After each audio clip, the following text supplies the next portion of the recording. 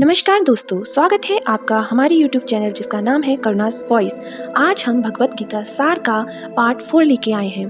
Part 3 में हमने देखा था कि कैसे दुर्योधन अपने भय को अपने गुरुवर के समक्ष व्यक्त करता है और वह अंतर मन में ध्यान करता है कि कैसे कुश्ती करते समय वह भीम से कई बार हारा है। और वह अपने अंतर मन में यह भी ध्यान करता है कि कैसे जब युद्ध अभ्यास या कुश्ती अभ्यास में अर्जुन सर्वश्रेष्ठ प्रदर्शन करते थे तो श्री द्रोणाचार्य उसे शाबाशी देते थे।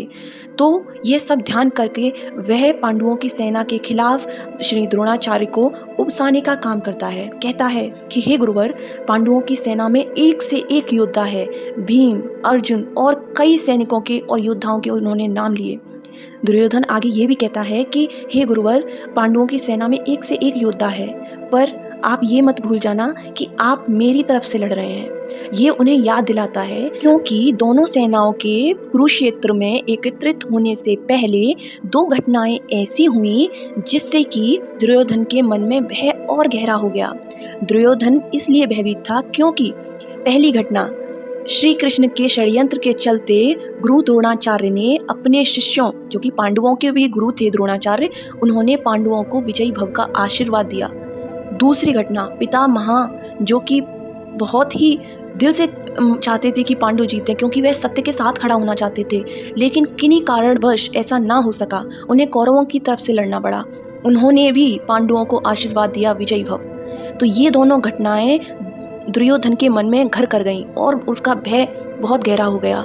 तो वह अपने गुरुवर द्रोणाचार्य को उकसा रहा था, उन्हें याद दिला रहा था कि हमारे समक्ष कितने सूरवीर और कितने ताकतवर योद्धाएं हैं।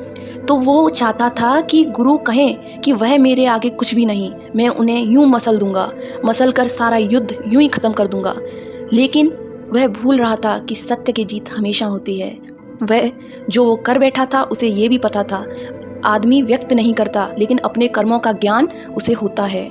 इसलिए दुर्योधन को अंदर ही अंदर अपनी कहीं ना कहीं हार दिखाई दे रही थी। फिर अपने योद्धाओं के भी नाम गिनाए, जैसे कि श्री द्रोणाचार्य, दूसरे भीष्म पितामह, तीसरे कर्ण, चौथे अश्वत्थामा। किंतु दुर्योधन ये भी जानता था कि पांडवों की तरफ केवल बलवान सैनिक और योद्धा ही नहीं, द्रौपदी के मित्र, भाई और सूरवीर पिता भी हैं। लेकिन उसके अंदर जो डर था वह धीरे धीरे गहरा होता जा रहा था। दुर्योधन कहीं ना कहीं जानता था कि यह धर्म युद्ध है और जो उसने द्रौपदी के साथ किया था वो बिल्कुल भी न्याय नहीं था, वो अन्याय था और एक बहुत ही नीच हरकत थी।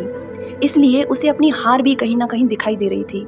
जब इंसान कर्म करता है तब नहीं सोचता, और जब उसके परिणाम सामने आते हैं तब उसका मन भय से भर जाता है, उसे अपनी हार दिखाई देने लगती है, उसे अपने सारे के सारे कर्म दिखाई देने लगते हैं कि ना ऐसा करता और ना ऐसा होता। वही दुर्योधन के साथ हो रहा था। तो दोस्तों, आज के लिए इतना ही। अगर आपको ये सीरीज़ पसंद आ रही है तो आप हमारी वीडियोस को लाइक करें, शेयर करें और इस सीरीज़ से जुड़ने के लिए हमारे चैनल को सब्सक्राइब करें। धन्यवाद।